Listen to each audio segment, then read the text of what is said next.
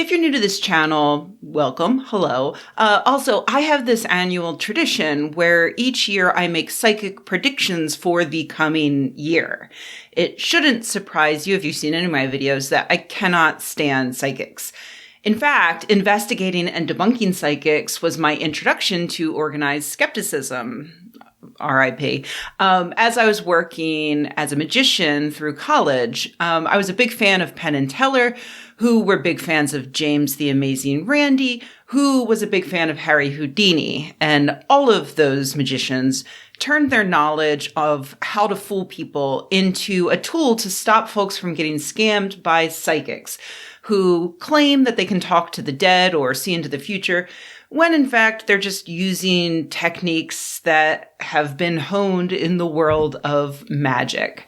So I started doing annual prediction videos where I would use those same tactics to demonstrate how easy it is to do.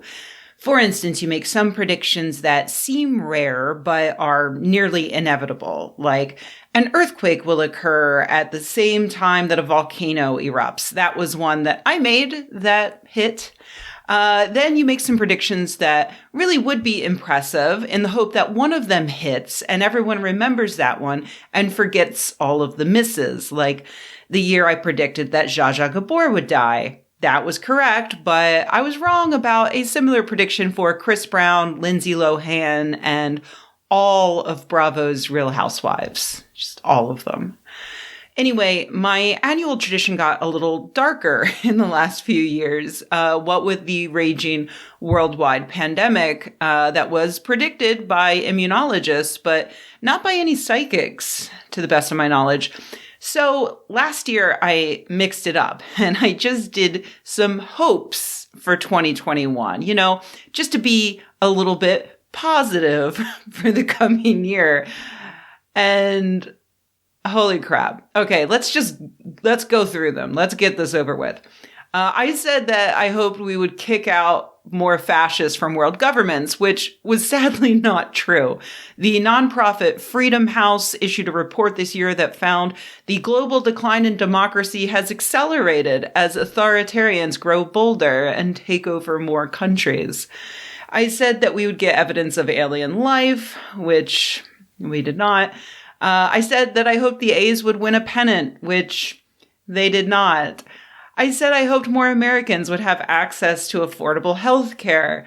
The number of uninsured Americans stayed the same from 2020 to 2021. Okay, and here, this is the worst of all of them. I said that we would see fewer deaths from vaccine-preventable illnesses, and I called that prediction a shoo-in, because even if measles cases continue to rise, and even if some people refuse the COVID vaccine, surely we will vaccinate enough people to put a stop to the torrent of deaths we've seen in 2020.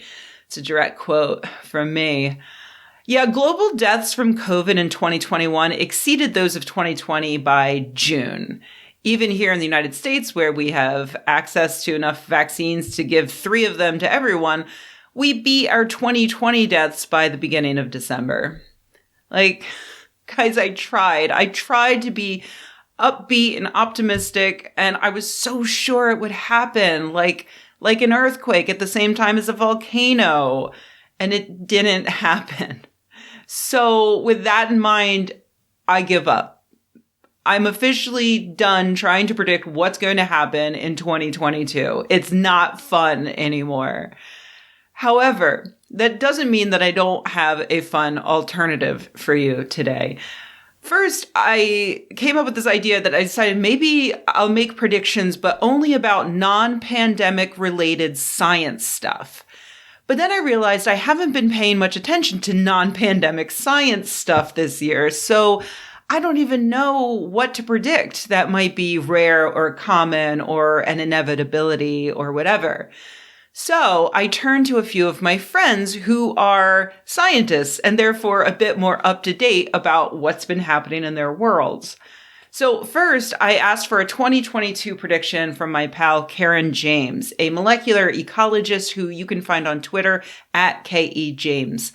She said, In 2021, a million-year-old mammoth's DNA was sequenced. In 2022, a paper will be published that pushes the oldest DNA to be sequenced back even further.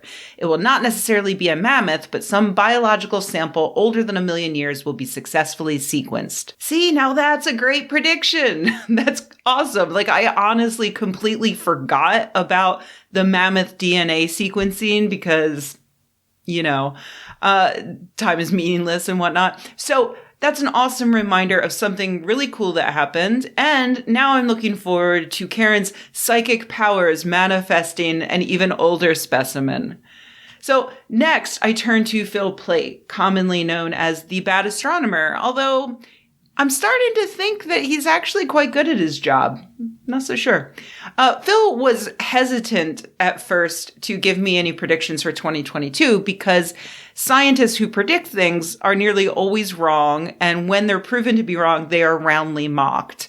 But I assured him that this is officially not that big of a deal, although I do reserve the right to mock him in the future over predictions or anything else. So he went ahead and gave me a few predictions. Here they are. His first prediction, which he sent to me before the James Webb Space Telescope was launched on Christmas Eve. Phil said, JWST will launch and deploy perfectly, but when the first images are sent to Earth, astronomers will realize they forgot to take the lens cap off. Okay, so he's already right that it launched and deployed perfectly. We obviously have a little bit to go before the first images come in, but I have to say that he did perfectly predict this joke that immediately went viral on social media right after launch. So Phil has kind of already won. Well done. His second prediction is Elon Musk will tweet something ridiculous. A woman will reply, hey, that's not nice. And 23,000 Musk bros will attack her viciously. They'll then try to get her to buy their NFTs. This is an excellent example of the predict something inevitable technique. So well done on that one. Prediction number 3.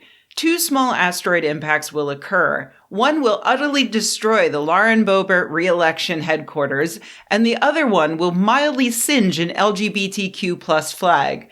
QAnoners will claim the latter is an act of God, but the former was from Antifa. Okay, this one is a long shot, but I can see it happening. So, prediction number 4. Planet 9 will be found in sky survey data, and astrologers all over the world will say, hey, I guess we were wrong, and then turn to selling NFTs.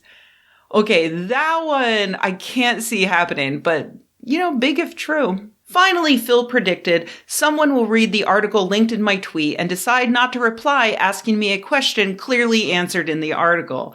Ha ha ha ha ha. No, that will never happen. Guys, I think Phil is having a tough time on social media. So please go to Twitter, at Bad Astronomer. Please send him pictures of your pets. Tell him I sent you. He could really use them. Last but not least, I asked my good friend and former Skepchick writer, Gwen Bug Girl Pearson, an incredible entomologist who you can follow at bug_Gwen. Gwen had some interesting ideas. Oh, and by the way, I can't just keep calling her Gwen. That's her name, but she will always be Bug to me. So I'm sorry if that makes this confusing, but it's Bug. Okay, so first, Bug predicted murder hornets will file a defamation lawsuit to be renamed involuntary manslaughter hornet. Also, one new giant hornet's nest will be found in Washington, and the Washington Department of Agriculture will continue to do an excellent job of tracking and immediately eradicating it. Seriously, they are on it. I think there might be some sarcasm to that one, but I'm not totally sure. So moving on, for Bug's second prediction, she says, Biden will eat a coney dog made from black soldier flies in order to promote the diversification of our food supply chain. Okay, I'm not sure about that one, but Bug is the first person I ever heard talk about how easily we can fit insects into our diet in the form of things like flour made from ground up crickets. Which is cool because, it's just flour. So you wouldn't even know you were eating bugs unless you read the label, I guess. It was thanks to Bug that a few years ago, I tried Chinese 5-spice flavored dried crickets at an A's game, and they were extremely not good. Also, the legs got stuck in my teeth. But hey, you know what? Veggie burgers weren't very good at first, and now look where we are. So who knows what the future holds? Well, Bug apparently knows, and apparently the future holds a hot dog made out of flies. Her third prediction was fire ants will invade Melania Trump's server and disrupt supply of her NFT amulets. You know, I'm noticing a trend here, and that trend is scientists who are very critical of NFTs. I wonder why that is. Fourth, Bug says Jeff Bezos will discover a hornet's nest in his fuselage and thus be prevented from getting his space penis up. Into space, that is. Okay, for this one, I'm going to accept any private space launch that fails due to insects of some sort. I'll give that one to her if that happens. Okay, and this next one is a bit more possible. Bug predicts field test of CRISPR-edited male sterile mosquitoes will be successful at reducing Zika transmission, but outcry over Frankenbugs will stop the program. Sterilizing mosquitoes by editing their genes is absolutely an effort that scientists are currently working on and having a lot of success with. And it could be huge for reducing or stopping the transmission of diseases like Zika. Unfortunately, people worrying about genetically modified organisms continues to be a thing. It's one thing for people to just avoid GMOs when shopping for their produce, but could that attitude lead to life-saving measures being thrown in the trash can the same way that vaccine skeptics in the early 2000s have led to all of this? Maybe. I hope not, but it's a fair prediction. Finally, Bug predicts that 2 species of bee and 1 firefly species will go extinct due to habitat destruction. And Bug points out that there are currently emergency actions being taken to save at least 1 species of firefly in Delaware, which is near where I grew up in the woods that were filled with fireflies every summer. I really hope she's wrong about this one. If you would like to help make her wrong, please check out this video I made a few months ago talking about what's going on with wild bees right now and how you can help sustain their populations by encouraging the growth of native plants. So that's it for my predictions for 2022. Thank you so much to my friends Karen James, Phil Plate, and Gwen Pearson for allowing me to offload my work onto them and giving me a bunch of interesting science news items to keep an eye out in the coming year. Please, everyone, have a safe and healthy new year.